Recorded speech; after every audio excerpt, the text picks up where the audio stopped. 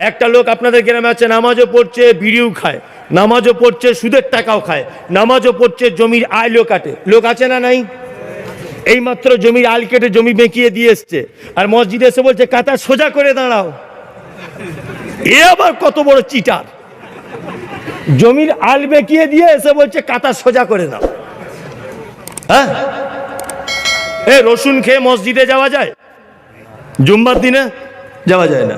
আর রসুন খেয়ে যদি কেউ যায়, কি করে? তাকে বার করে দেয়, এখান থেকে বার করে দিবে। এই রসুন খেয়ে মসজিদে আসতে মানা করা আছে, অথচ পাক্কা সুদখোর ওই ফাঁস কাতারে দাঁড়িয়ে আছে, ওকে কেউ বার করে না। বার করে না। রসুন একটা সামান্য, এটা হারাম নয়, এটা জায়েজ, কিন্তু আল্লাহর নবী নামাজিদের কষ্ট হবে বলে নামাজের অবস্থাতে খেতে নিষেধ করেছেন। কি বললাম বুঝলেন না? এটা জায়েজ, সুদ মারাত্মক বড় পাপ, অথচ আমরা জেনেও তাকে মসজিদের কমিটিতে রেখে দিয়েছি। বড় একটা পাপী লোক, জেনেও আমরা মসজিদ পরিচালনার দায়িত্বে তাকে রেখে দিয়েছি। বলুন, আপনি আমার কথাগুলো কেটে দেন যে আপনি সব ভুল বলছেন? এ কেমন আমাদের চরিত্র? নামাজ পড়ুন। নামাজ পড়তে হবে কেমন করে? দুটো পদ্ধতি বলে দিচ্ছি, আজকে থেকে মাথায় নেন। ইনশাল্লাহ বলুন তো, আজকে থেকে মাথায় নেব। ইনশাল্লাহ বলুন, ইনশাল্লাহ।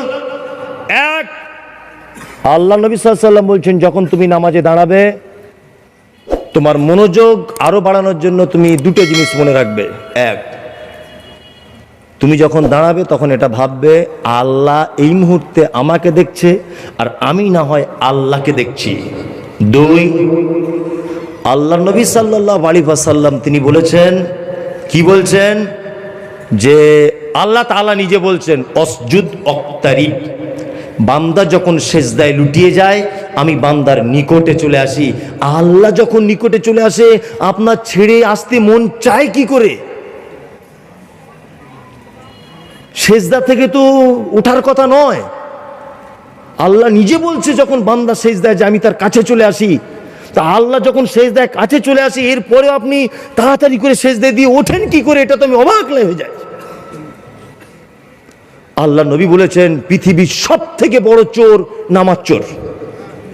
নামাজ চোর কেমন? এই দেখুন, আপনাকে দেখাই। এই দেখুন হাফেজ সাহেব, ধরুন তো, এ হচ্ছে নামাজ চোর। কে নামাজ চোর? ও রুকু করছে এইরকম করে, এ হচ্ছে নামাজ চোর। কি বললাম বুঝলেন না? এ কি নামাজ চোর। রুকু কেমন করতে হবে? মিনিমাম যেন 1 লোটা পানি তার পিঠে রেখে দেওয়া যায়, তাই তো? সেইভাবে রুকু করতে হবে। আর ও গিয়ে রুকু করছে এরকম করে। ও নামাজ চোর। ও কি চোর? পৃথিবীর সব থেকে বড় চোর কে? যে নামাজ চুরি করে, এ হচ্ছে চোর। আমাদের আর এক জায়গায় গোলমাল, সেই জায়গাটা ধরিয়ে দিই একটু, আপনার বুঝতে সুবিধা হবে। বিরক্ত হচ্ছেন না তো? একদম বিরক্ত হবার কোনো জায়গা নেই তো।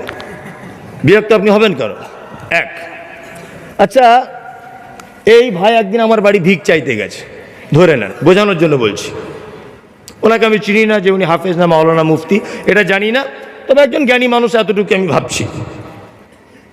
তা একই বয়স হবে ও মনে হয়, বা আমার থেকে ছোটও হতে পারে। তা ধরেন এই ভাই একদিন আমার বাড়ি ভিক করতে গেছে। আমি বাড়িতে বসে আছি, কলিং বেল টাপলো, আমি দরজা থেকে আওয়াজ করলাম, কে? এ তখন বলছে, আমি ফুলবাড়ি থেকে এসেছি। আসসালামু আলাইকুম, আপনি বক্তা মমতাজুল ইসলাম না? সেই 23 তারিখে আমাদের গ্রামে জলসা করতে গিয়েছিলেন ফুলবাড়িতে। আমি অদ্দূর থেকে এসেছি ট্রেনে করে, বড় বিপদে পড়েছি, আমার মেয়ের বিয়ে 18 তারিখে, ওই জন্য 20 তারিখের মধ্যে মেয়ের দেনা পাওনা সব মিটিয়ে দিতে হবে। এই 3টে 20 লোকাল এলাম, 4টে 20 লোকালে আবার বাড়ি চলে যাব, যদি কিছু পারেন তাড়াতাড়ি সহযোগিতা করুন। আচ্ছা বলুন তো, এইভাবে ভিক যদি চাই, ওকে আমি দড়ি দিয়ে বাঁধবো না টাকা দিব? হ্যাঁ, বাঁধবো। তাহলে ভিক চাওয়ার নিয়ম কি? আসসালামু আলাইকুম। বলতে খুব লজ্জা লাগছে, না না বলবো না, না এসছি যখন বলিয়ে দিই। কি বলুন বলুন বলুন। আমি সে, আপনি আমাদের গ্রামে গিয়েছিলেন না 23 তারিখে জলসা করতে? আমি ওইখানকারই একটা মৌলভী সাহেব, মেয়ের বিয়ে, ভাই খুব বিপদে পড়েছি সাহেব, হুজুর ওই জন্য আপনার কাছে এসছি। কাউকে বলার দরকার নেই, আমি একজন সম্মানী লোক, আপনি যদি কিছু সহযোগিতা করতেন খুব ভালো হতো। যদি এই নরম করুণ কণ্ঠে যদি আমাকে বলে, তাহলে আমি কিছু দেবো কি দেবো না?